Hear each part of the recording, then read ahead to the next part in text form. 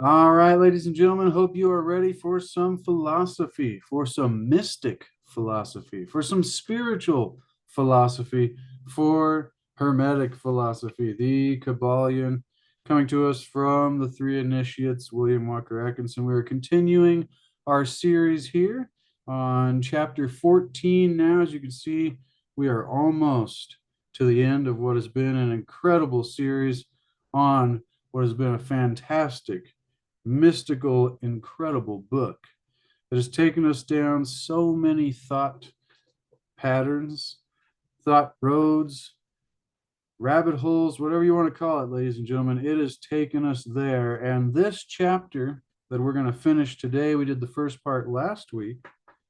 The kitten's excited as well, as you can see. This chapter is entitled Mental Gender, which is based on the seventh great Hermetic principle of gender. The masculine and the feminine principles are manifest on all planes and in all things. This is the seventh Hermetic principle of gender. And last week we left off right here. It was saying the I, so talking about the I and the me aspects of our minds, of our consciousness. And the I represents the masculine principle of mental gender.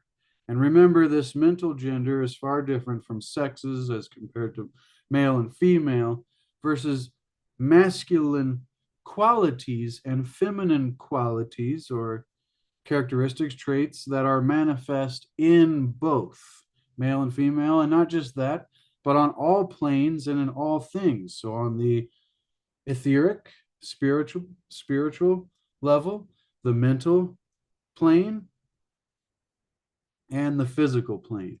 And so, with that being said, the I represents the masculine principle of mental gender being a focus on how these aspects of masculine and feminine and their characteristics show up in our minds and in the mental plane and in our psychology. And last week got into really good positive psychology and philosophy. Now, the me represents the feminine principle. The I represents the aspect of being, and the me represents the aspect of becoming. Remembering now that the feminine principle was responsible for creation with influence from the masculine principle. And so that aspect of being to becoming, the creative part or the becoming being the feminine principle. You will notice that the principle of correspondence operates on this plane just as well as it does upon the great plane of which the creation of universes is performed. This being a quote from the book. Once again, if you're just joining us, thank you for being here. We are reading from the Kybalion for purposes of teaching and commentary and expanding the mind so that through an increased awareness, we can increase the quality of our lives and hopefully the lives of those around us. An increased awareness of the nature of reality, you may say, because that's what I think is being talked about in this Hermetic philosophy, the functioning and the laws of reality. Now, just as this principle or this mental gender operates through the law of correspondence, there are two similar in kind, although vastly different in a degree. Is a famous aphorism of Hermetics, and maybe the most famous, as above, so below, as below, so above. Correspondence. Now, let us continue with where we left off last week. The aspects of mind, the masculine and feminine principles, the I, quote unquote, and the me, quote unquote, considered in connection with the well-known mental and psychic phenomena, give the master key to these dimly known regions of mental operation and manifestation. The principle of mental gender gives the truth underlying the whole field of the phenomena of mental influence, etc. Now, keep in mind, if you're interested in manifesting, these laws of reality must be adhered to in order to be able to manifest. I was just saying to my mom yesterday, it's funny how we adhere to these laws accidentally in the silliest of circumstances. I think the example I used was when you're trying to find a pin and you're like, I just don't know where I put it, but you have no attachment to the outcome, and you have a belief, and you have all of these principles, and then also a connection to the natural laws that allow for all of a sudden, you just find a pin that maybe appeared there. But don't let me get off track and begin to ramble like I usually do. These aspects, the masculine and the feminine, the I and the me, considered in connection with manifesting and psychic phenomena, and the mental operation of our minds in connection with manifesting, is extremely important. The tendency now of the feminine principle is always in the direction of receiving impressions, while the tendency of the masculine principle is always in the direction of giving out. Now, I always think of the masculine as the expansive, electric, and the feminine as the contractive, magnetic, which is being correlated there with this description of the masculine principle as giving out, expansive, and receiving for the feminine principle, contractive. And so, or magnetic. I like electric and magnetic there, but once again, while the tendency of the masculine principle is always in the direction of giving out or expressing, the feminine principle has a much more varied field of operation than has the masculine principle. The feminine principle conducts the work of generating new thoughts. And some would argue that this is not Hermetic philosophy, but I only get that comment every now and then. And it does say that the author, William Walker Atkinson, immersed himself in what's known as New Thought literature. That's what came into my mind when it said new thoughts there. And so concepts, ideas, including the work of imagination. So the feminine principle is doing a whole lot more in this mental plane than is the masculine principle. Maybe not doing a whole lot more, but as it's said there, has a much more varied field of operation. The masculine principle, the book continues, contents itself with the work of the will, quote unquote will, in its varied phases. And yet without the active aid of the will of the masculine principle, the feminine principle is apt to rest content with generating mental images which are the result of impressions received from outside instead of producing original mental creations. Before I ramble here, this is just as much for me to learn from as I'm doing this, as much as it is for you joining me. So this is we're working together here. This is a partnership, a cooperation in order that we can learn from this. But I've definitely been learning, and hopefully you are as well. I just wanted to disclaim that. Now, I've been listening to Napoleon Hill and a lot of his lectures that he gave, some in the 1950s. Fascinating. And he was talking exactly about this here, about controlling your thoughts and having an influence and a hold of yourself and your mind. Because if you don't know what you want, where you're going, The environment, the outside, is going to be what influences your thoughts and controls and impacts how you're feeling, what you think you should be doing, and the direction of where you're going. And most often, that isn't if we spent a little time thinking about where we wanted to be going, which isn't the easiest thing. Even in doing so myself, I find it difficult to answer the question, what do you really want? What would be your great major purpose in life? Well, it's an important question to ask ourselves and to write that down. But when that is going on, this mystical knowledge, mystical occult philosophy, or new thought, if you want to call it that, applies. And I'll read it again. Without the active aid of the will, so we got to use our willpower to influence and have control of our thoughts and our emotions, our mind from the inside out, rather than having all that be influenced from the outside in. Without the active aid of the will of the masculine principle, the feminine principle is apt to rest content with generating whatever images which are the result of impressions received from our environment. The book says from outside, instead of producing original mental creations. When it comes to manifesting here,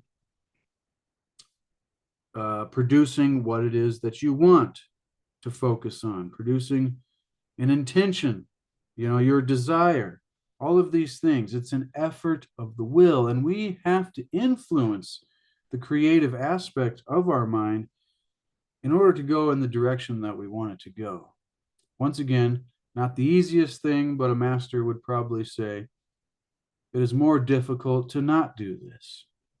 Let me continue. Persons who can give continued attention and thought to a subject actively employ both the feminine and the masculine mental principles. The feminine in the work of active mental generation, and the masculine will in stimulating and energizing the creative portion of the mind. The majority of persons really employ the masculine principle, but very little. That made me think again of the will there, building up that willpower, which is, it takes work. It's something we have to cultivate within ourselves over time. Practice makes perfect, or I like it better said, you get good at what you practice. The majority of persons really employ this will, this masculine principle, but little, and are content to live according to the thoughts and ideas instilled into the quote unquote me from the I of other minds. So they instill this randomness from other people, allow it to become a part of their personality. Remember, personality equals personal reality. Thank you, Dr. Joe Dispenza. But into ourselves, so into the me from the I of somebody else. But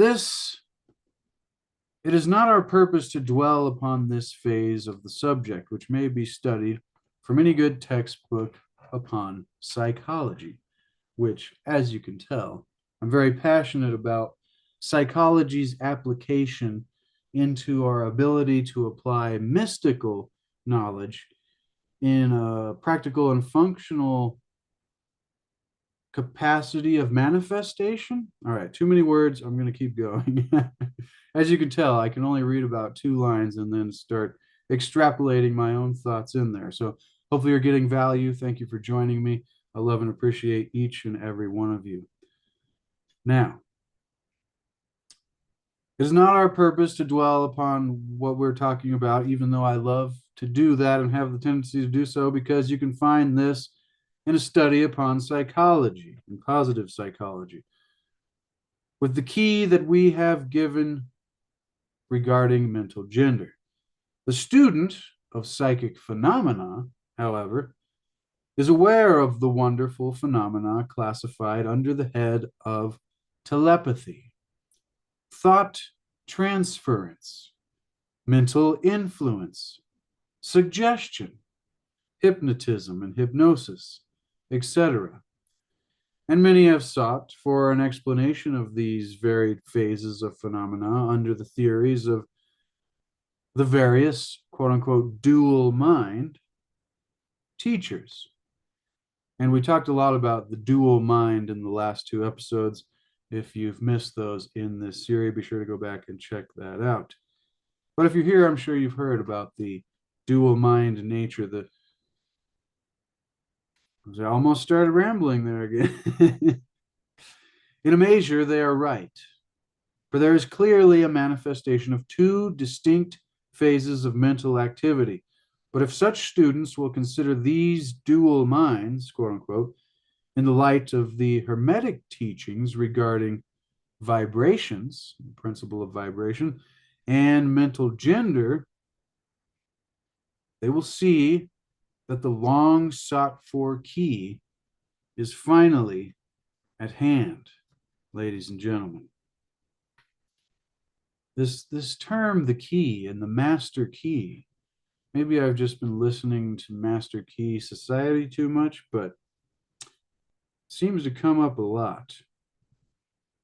In the phenomena of telepathy, it is seen how the vibratory energy of the masculine principle, the will, the projector, is projected toward the feminine principle of another person. And the latter takes the seed thought and allows it to develop into maturity through the creative process of the feminine principle. In the same way, suggestion and hypnotism operate. The masculine principle of the person giving the suggestions directs a stream of vibratory energy, my mind filled in their consciousness, or willpower, towards the feminine principle, the creative principle of the other person. And the latter, accepting it, makes it its own, makes it his or her own then, and acts and thinks accordingly. An idea thus lodged in the mind of another person grows and develops, and in time is regarded as the rightful mental offspring of the individual. So this is where we got to be careful with our subconscious minds and with the type of content and stimulus that we take in our environments in our daily lives, because whether we like it or not, these laws operate without fail. It is how the universe works. It is how nature operates. And so whether we like it or not, we are going to get positive or negative results based on how we apply and use the knowledge thereof. Now, let me read that last little bit there again, because that is profound. I got a kitten in the lap here, trying not to drop the book. She likes to join us in these videos. Are you crazy, kitten? She's so silly. All right. The masculine principle of the person giving the suggestion directs a stream of vibratory energy or willpower towards the feminine principle of the other person. So we're taking in thoughts, ideas, whether it's from real people, videos, whatever it is, we are taking it, a direct stream of vibratory energy or willpower towards the feminine principle of the other person or ourselves, whoever's doing the directing, and the latter, whoever's doing the receiving, makes it our own and acts and thinks then accordingly to that. And then once it's lodged in there in the mind of us or whoever we were directing the thought to, it begins to grow and develop like a seed, given the right circumstances, and in time is regarded as the rightful mental offspring of the individual. So we begin to identify with those ideas or those thoughts or those beliefs as if they were our own. And so if we're taking in the wrong, which that's would be subjective, technically, but if we're taking in negative impressions, stimulus from the environment, then we might end up eventually, if we cultivate these seeds, believing that these were our own and they came from within us. Whereas it is in reality like the cuckoo egg placed in the sparrow's nest, where it destroys the rightful offspring and makes itself at home. What a powerful metaphor there. See, I love this, the psychology bit. It's like we don't need to elaborate on psychology, but yet we do. Because it applies. It goes right hand in hand with this mystical philosophy. Now, the normal method is for the masculine and from feminine principles in a person's mind to cooperate, to be in harmony, to coordinate, and act, it said it, harmoniously in conjunction with each other. But unfortunately, the masculine principle in the average person is too lazy to act. The display of willpower is far too slight. And the consequence is that such persons are ruled almost entirely by their minds, not their minds, but the minds and the wills of other people. The minds and the wills of other people, whom we or they will allow to do their thinking and willing for them. Is that what we want? It's a good question. How few original thoughts or original actions are performed by the average person? I mean, ask this to yourself. Think about it. And with this in mind, think, how difficult is it to hold your focus and attention on one thing?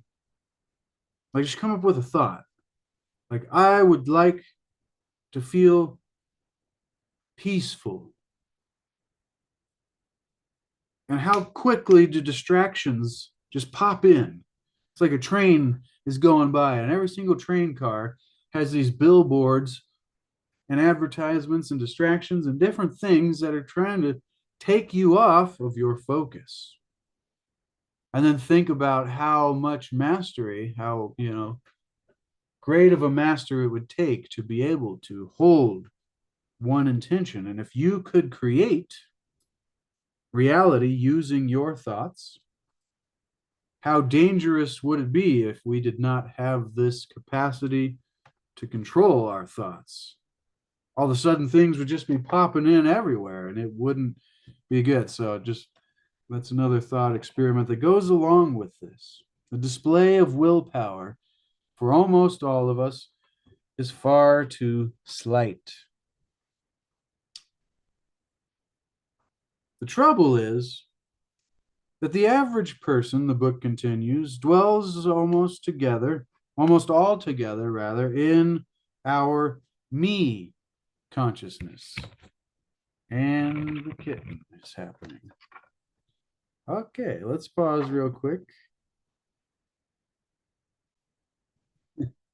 Alrighty. Few original thoughts, original actions, or rather, have they been influenced from stronger wills or minds other than our own? Back to what the book was saying here. The average person dwells almost altogether in our me consciousness and does not realize that we have such a thing as an I. As something gets in my eye there. How ironic. Little levity. This is heavy, ladies and gentlemen. Sorry. So the person, the average person, which is probably all of us, a lot of the time, dwelling in our me consciousness, the ego, the mask, not realizing that we have the observer, cultivating the witness. The observer is what we talked about on the chapter of gender, or maybe it was last episode. Either way, we are polarized in our feminine principle of the mind and the masculine principle in which is lodged the willpower is allowed to remain inactive and not employed. And what happens when we don't use something? It atrophies. If you don't use it, you lose it. So we got to use it and make it better. Get it employed. Get this masculine principle making some money out. No, I'm kidding, ladies and gentlemen. But the strong men and women of the world invariably manifest the masculine principle of the will, and their strength depends materially upon this fact. Instead of living upon the impressions made upon by their minds by others, they dominate their own minds by the use of what? The will.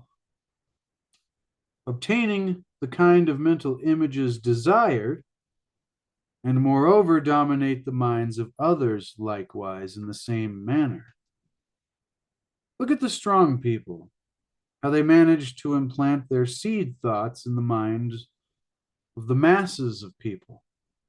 I instantly thought of propaganda and mass hypnosis, mass manipulation, thus causing the latter to think thoughts in accordance with the desires and the wills of those producing such things, of those strong individuals, quote unquote. But this can be taken in many different ways and contexts.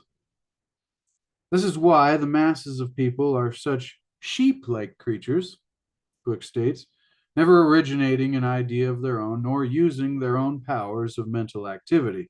Well, that's why we're here. We're learning why it's so important and how we can begin to put into practice using the powers of our own mental activity for our own benefit.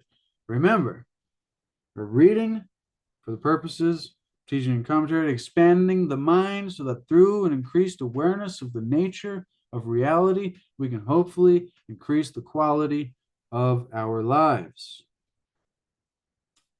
The manifestation of mental gender may be noticed all around us, all the time in everyday life.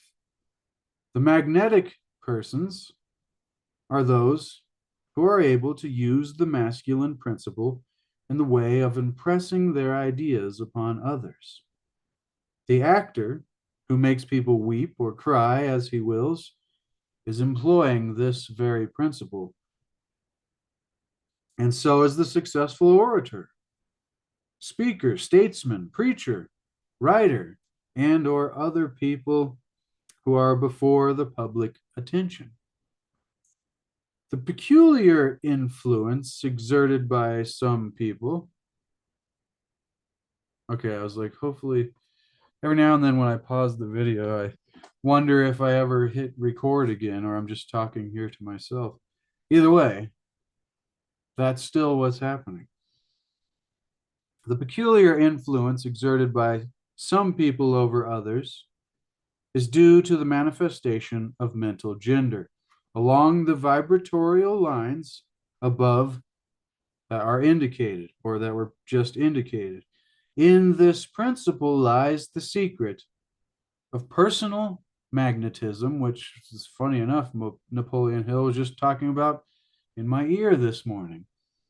Personal magnetism, personal influence, fascination, etc., as well as the phenomena generally grouped under the name of hypnotism. But you could tell how this could be employed for our own benefit in many areas towards whatever version of success that you are seeking. And don't we all want that for ourselves? It's worth the effort. At least I believe so. The student, the book continues, has familiarized himself with the phenomena generally spoken of as quote unquote psychic, will have discovered the important part played in the said phenomena by that force which science has styled suggestion, by which term is meant the process or the method whereby an idea is transferred to or impressed upon the mind of another, causing the second mind to act in accordance therewith. A correct understanding of suggestion is necessary in order to intellectually or intelligently comprehend the varied physical phenomena which suggestion underlies. But still more is a knowledge of vibration and mental gender and correspondence and all of the principles that are coming to us from this mystic ancient occult esoteric philosophy of hermetics. And I mean, even if it's not from this book, what was coming to us from the Corpus Hermeticum, as well as the Hermetica, which is sitting right behind me here.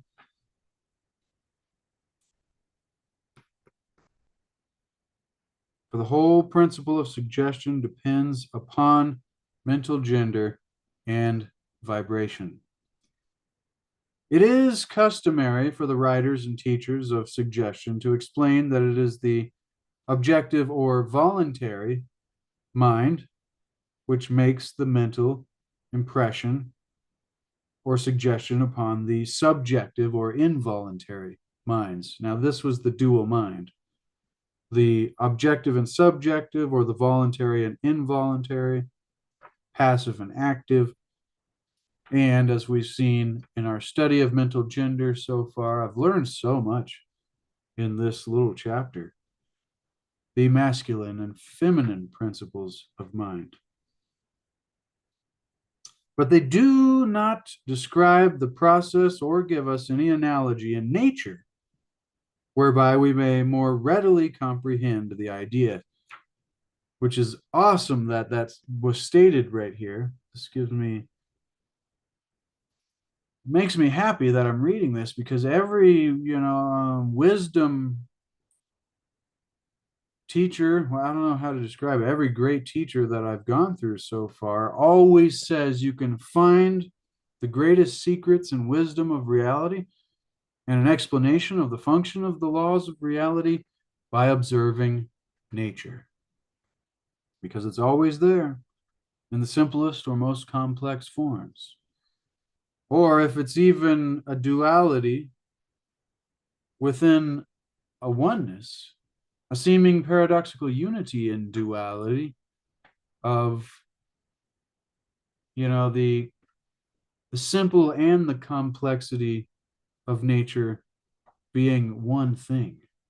Like when you look at a tree, it's very simple. It's a tree, and all trees are generally trees. But although they be the same, they also vary by degree. And what was it that we started with today, ladies and gentlemen?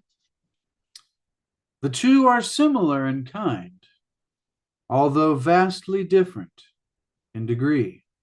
As above, so below. As below, so above. Now, they do not describe the process or give us any analogy in nature whereby we may more readily understand and comprehend this idea. But if you will think of the matter in the light of the Hermetic teachings, which we're doing here now today, you'll be able to see that the energizing of the feminine principle, so we're going to energize the feminine principle by the vibratory energy of the masculine principle, is in accordance to the universal laws of nature, and that the natural world affords countless analogies whereby the principle may be understood. Well, give us an example here, William Walker Atkinson. What does he say? In fact, the Hermetic teachings show that the very creation of the universe follows the same law, and that in all creative manifestations upon the planes of the spiritual, the mental, and the physical, the three great planes of reality, there is always in operation this seventh great Hermetic principle of gender, this manifestation of the masculine and feminine principles. As above, so below, as below, so above. Once again, and more than this, when the mental principle, rather, when the principle of mental gender is once grasped and understood, the varied phenomena of psychology at once becomes capable of intelligent classification and study instead of being very much in the dark, the book puts it. I would love for the author to give us an example of this seen in nature, but since he said it's so numerous, I would love for you to leave an example in the comments below. I don't want to start rambling about that, trying to find an example, because then I won't finish this for another 40 minutes, which maybe that's what you want. If that's what you want, leave me a comment below and we can do another video that's more based on rambling. And so, more than this, when the principle of mental gender is grasped and understood, the varied phenomena of psychology becomes capable of classification and study instead of being left in the dark. The principle, quote unquote, works out in practice because, once again, it is based upon the immutable universal laws of life, the book says. I would say of reality, of Atum, the one God, Tao, grand organized design, God, universal intelligence, whatever you want to call it. You could say we're playing a game here, and there are rules to the game. And you can ignore the rules and have a rough time attempting to play this game, or we can learn the rules and how they apply and begin to start winning this game. Maybe winning is a bad phrase there, but begin to start playing with some gusto, as Alan Watts would put it. But I want to impress again that point there, that this philosophy, this understanding in relation to the philosophy of manifestation and positive psychology, works in practice because it is based upon immutable, universal laws, natural law. We shall not enter into an extended discussion, the book continues, of or description of the varied phenomena of mental influence or psychic activity. There are many books, many of them quite good, which I'm interested. I'd like a reference, which have been written and published on this subject of late years. The main facts stated in these various books are correct, although several writers have attempted to explain the phenomena by various pet theories of their own, which I like to hear. I'm interested in everybody's own explanation. That's why I'd love for you to share with me what you're getting out of this. Once again, I am no master. I am just a student, and maybe not even the best student. And so this is a collaboration. This is a cooperation. This is join me. We are learning here together, and I thank you for joining me and coming on this journey. I look so forward to whatever else we're going to get to in the future. I have so many books sitting around here and many more that I want to buy. I'm sure if you're anything like me, you wish you had room for 50 more bookshelves. But then we would need to get 50 more bookshelves worth of books, which would be wonderful. I would love it. Now, the main facts stated in these various books are correct. The student may acquaint himself with these matters, and I think we should. It's important. What matters, you may be asking? The matters or descriptions of the varied phenomena of mental influence and psychic activity, or the operations of our minds and psychology, the subconscious and the conscious, and all of that. By using the theory, though, of mental gender now, we will be able to bring order out of the chaos of conflicting theory and teachings, and may, moreover, see, I'm thinking this is the resonations you get. Although two authors or speakers may be talking about the same thing in different ways, some parts of what they're saying may be off or a little, but there are general themes that will always tend to resonate. And this is where you use your discernment. You're like, that's the same thing that was saying, and that makes sense. It's clicking in, even though there's a different description from both. The student may acquaint himself with these matters, but by using the theory, this new understanding and awareness of mental gender, we'll be able to bring order out of the chaos of conflicting theory and teachings, and may, moreover, readily make ourselves a master of the subject if we be so inclined. The purpose of this work here that we are reading today is not to give an extended account of psychic phenomena, but rather to give the student a master key, whereby he or we may unlock the many doors leading into the parts of the temple of knowledge, which we may wish to explore. We feel, the author states, or the three initiates, says, we feel that in this consideration of the teachings of the Kybalion, one may find an explanation which will serve to clear away many perplexing difficulties. And I will say, as much as I look into psychology and philosophy, the research that I have done in the Hermetica, the Corpus Hermeticum, the Kybalion, and the tiny little bit of the initiation of Hermetics that I've read does exactly that. It gives you this new perspective, because it comes from like more of a technical natural law description that then you can apply the function of those laws to the philosophies. It's so funny. Me and my mom were just talking about this on the phone yesterday. How you have your, people who talk about psychology and philosophy, like your Wayne Dyers and, great teachers. That's just who comes to mind for me. But then there's this ancient mystical knowledge that applies these philosophies of manifesting and positive psychology to the function of reality and natural law.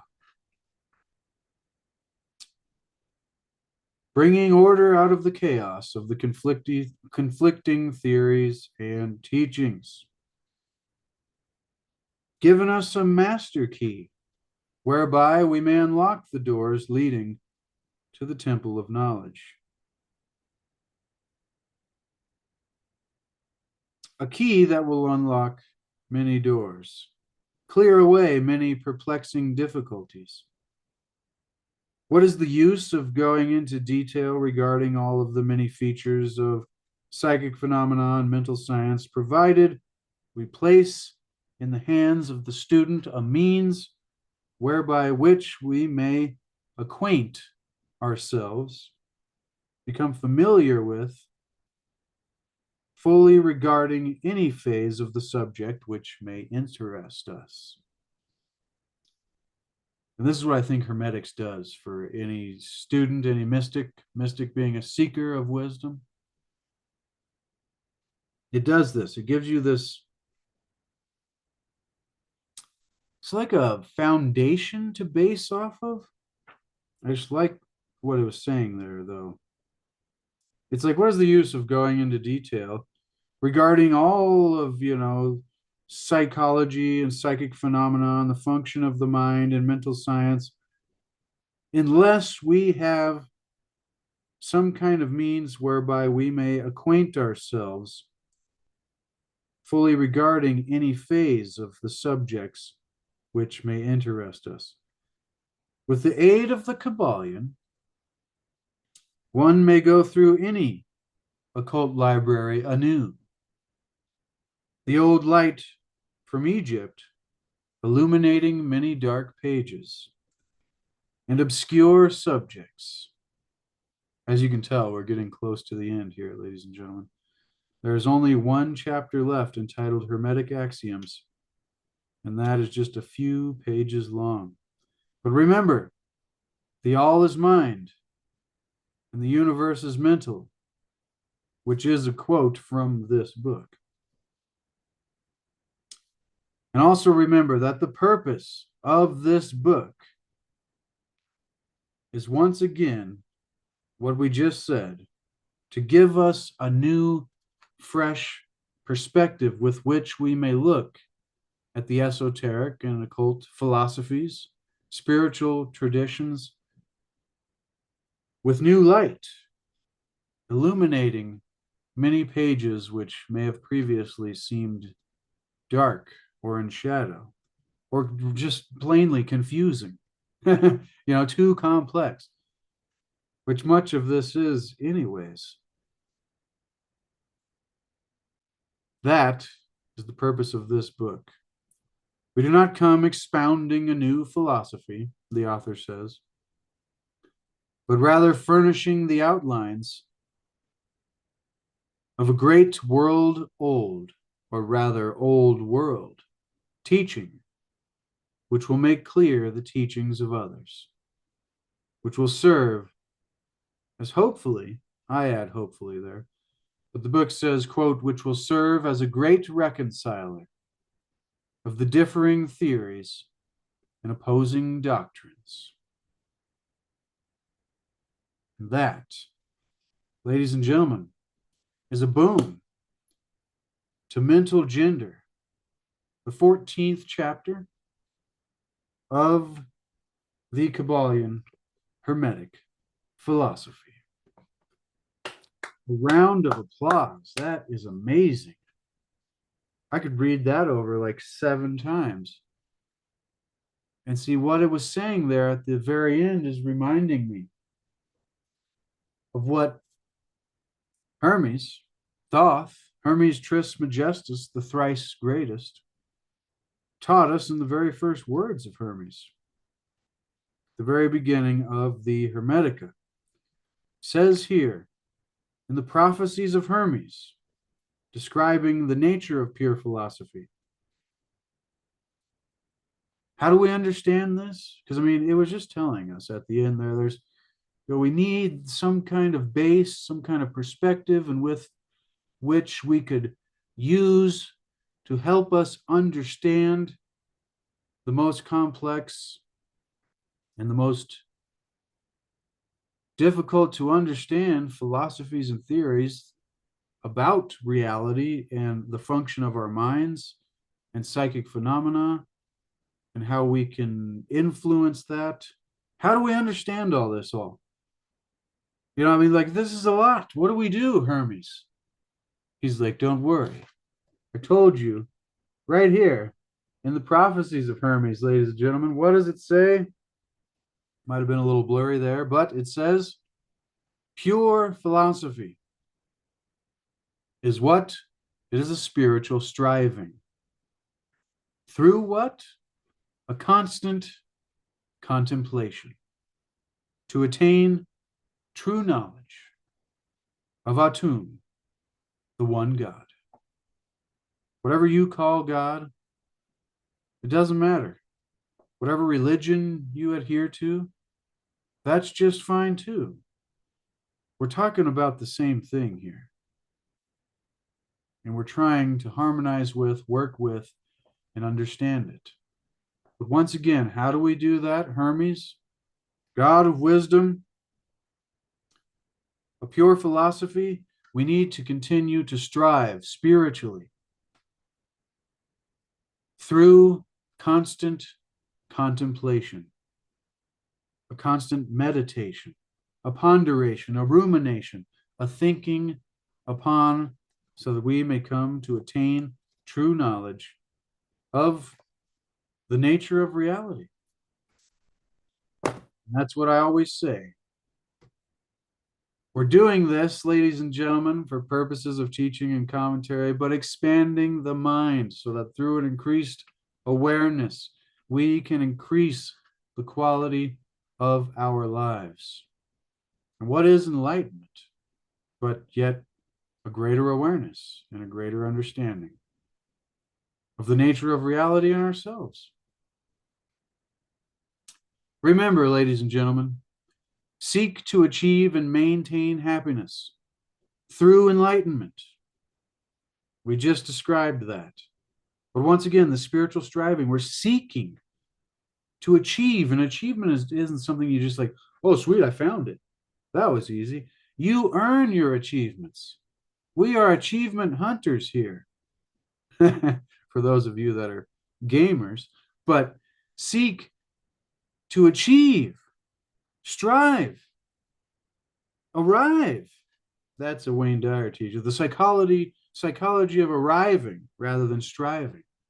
But seek to achieve and maintain. We have to work to maintain happiness, which is my focus, because I just hate, it hurts me when I see people struggling, no matter who it is. Seek to achieve and maintain happiness through enlightenment, through a greater awareness and understanding of the nature of ourselves and reality. Remember to seek out the hidden wisdom of the ages and the lost mysteries of our history. All right, ladies and gentlemen, that was amazing. That felt good. That one felt good. Hopefully you enjoyed it. Hopefully you get value. If you do, consider subscribing, smashing the like button. And before you go, be sure to expand the description. I'll have links below. I have a link to my website, Shopify. Yet to make a sale there, but that's fine. We're pushing hard. I've done like 6 paintings in the last couple months, and got to get more work done on that side. But it's not about the result, it's about the process. And so if I put more into the process, the results will take care of themselves. If you've never heard that, remember that. If you're focused on the process, the results will take care of themselves. And if you're doing the process the right way, then the results should end up the right way. But that's where other teachers like Napoleon Hill come in, about perseverance and self-discipline and going the extra mile and all of this kind of stuff, which I love all of that as well. But yeah, a link in the description below to my website, clcpaintings.com. I've been doing some blog posts on there, updating projects I'm working on. Also a link in the description to the book, so you can get it for yourself to put it on your shelf, or follow along in future episodes, which we may have 1 or 2 or maybe 50 more if we come back through this one more time. We could go through this many times. I mean, there's places I have highlighted in here that I could ramble on about, everything. That which transcends names and terms. That's what God really is. If he be a thinking man, this is in chapter 4, the all.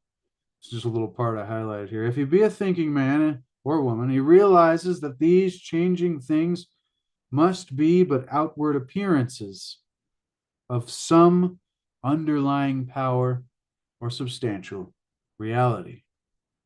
Well, All thinkers in all lands and all times have assumed the necessity. I'm doing it here for contemplating the existence of such supreme reality. Anyways, link to the book in the description to get it for yourself, to put on your shelf, follow along in future episodes, as well as a link to the Hermetica, the Lost Wisdom of the Pharaohs, and the Corpus Hermeticum, the Divine Pymander. We've done a series for each of these on this channel, and I couldn't be more proud of myself for, after taking a break for almost an entire year, to coming back and finishing this. Don't give up. Don't give in. But also don't beat yourself up when there are those times of rest, because there are seasons. And when you come back, hopefully you've generated more momentum, or, a fresh perspective. I could ramble about stuff all day, ladies and gentlemen. Get these books. It is a Amazon affiliate link, so if you want to do that, it supports me by giving me a few cents. I think I've made like $1.15 from Amazon and all the years that I've been doing these videos, and that is just fine. Because, we could lose $1.15 in a day. That's not why we're here. We're here to learn and grow spiritually, physically, and mentally. The three great planes. That was a great chapter too. Talked about the three great planes of reality and how each of these planes has 7 minor subplanes within each of them. Once again, we'll get to that in the future, and we already got to it in previous episodes in this series and others. All right. Also, there is a link to C60 Power, the ultimate antioxidant known to man. Give yourself the gift of health. I've been taking C60 for about 5 years now. And so, I don't know. That's all I can say, ladies and gentlemen. If you're still here watching the video right now, thank you so much. I'd give you a hug if I could. Pat yourself on the back, because we are the 1%ers seeking the truth of the nature of reality. But more and more, it's starting to become a normal thing, which is great. It's great news, ladies and gentlemen. We're making progress. The evolution of consciousness of mankind. And we are going to see, what did Wayne Dyer say? He's going to say, we're going to see a revolution, or we're going to see something greater than the discovery of fire, when mankind truly realizes the power of love, or something like that. All right. Leave me a comment. Love you, ladies and gentlemen. Until next time, be the change you want to see. Be the example you want to set. No, no, no, no, no, no.